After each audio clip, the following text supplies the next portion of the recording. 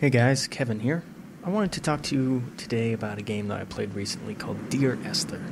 Now, Dear Esther is an art game developed by the British indie studio The Chinese Room, and it is exactly as it sounds. This game is a work of art. It's fantastic. Now, if you're looking for a game that's exciting and full of explosions and machine gun fire, you're going to want to look somewhere else, because you won't find any of that here. Dear Esther is essentially a walk through an aesthetically stunning island accompanied by beautifully written narration.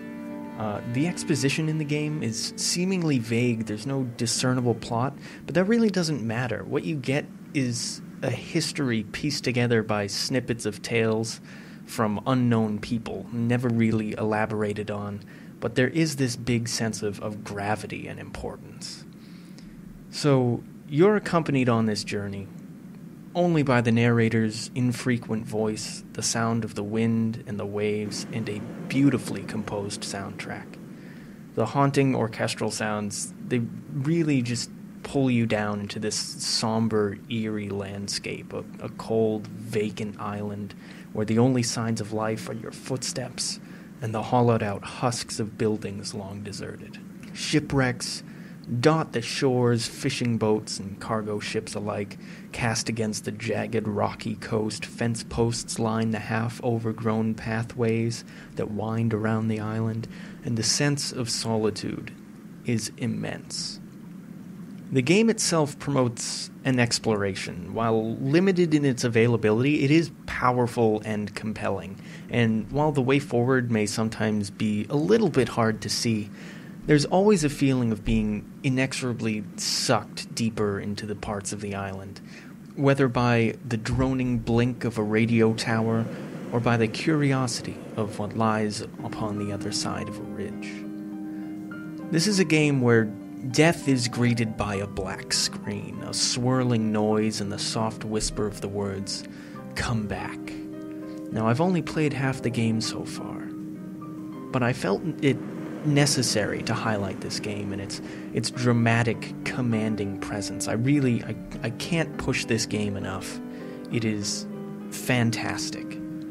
Now, one thing about this game that you should know is the controls. If you're looking for something that's going to allow you to rush through a landscape, go sprinting across the lands or climb up some jagged cliff somewhere, you're not going to find that. It really is, when I say it's a walk through an island, that is exactly what you do. You walk.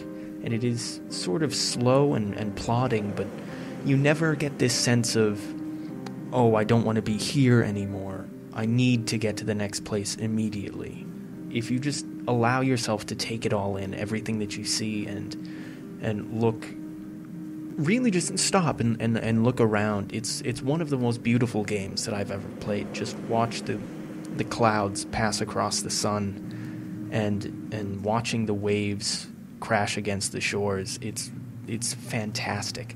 At one point you come across a small stream as you're wandering down this path, and it's almost cathartic to just stop and watch this crystal clear water roll across the rocks. It's an amazing visual. So I really want to go ahead and make note of the music in this game. The music is something that comes in and out at times, and at some points it'll swell so that it's quite loud. And there's this huge sense of drama when it comes in. You might be cresting a landscape or walking up a hill somewhere to go find, where you're supposed to go. And the music will come in, and it's this big, sweeping orchestral sound, either violins and string instruments or a nice piano piece, and it's incredible. The music is something that this game does so unbelievably well that it doesn't detract from that sense of solitude. It really gives you this concept of what you're looking at. There's this big dramatic music, and it comes out over this big dramatic ocean scene, and it is exactly what you would expect.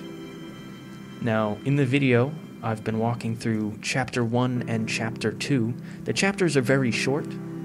I think while recording this, I walked through, using only the main path, I walked through the first chapter in about 5.5 minutes. So it's not going to be a long game. There are 4 chapters. I've shown, like I said, 1 and 2 in this video. But there's ample places to explore, and if you're going to play this game, I suggest you explore any way you can find. If you think you see a pathway, go to it. Try and find all these various places, the half-lit underground caves, and the pathways up a hill to a lookout point. It's really, really fantastic. You can find tons of things in this game. I greatly suggest you go and pick it up and see for yourself what happens in the second chapters, the second half of the game.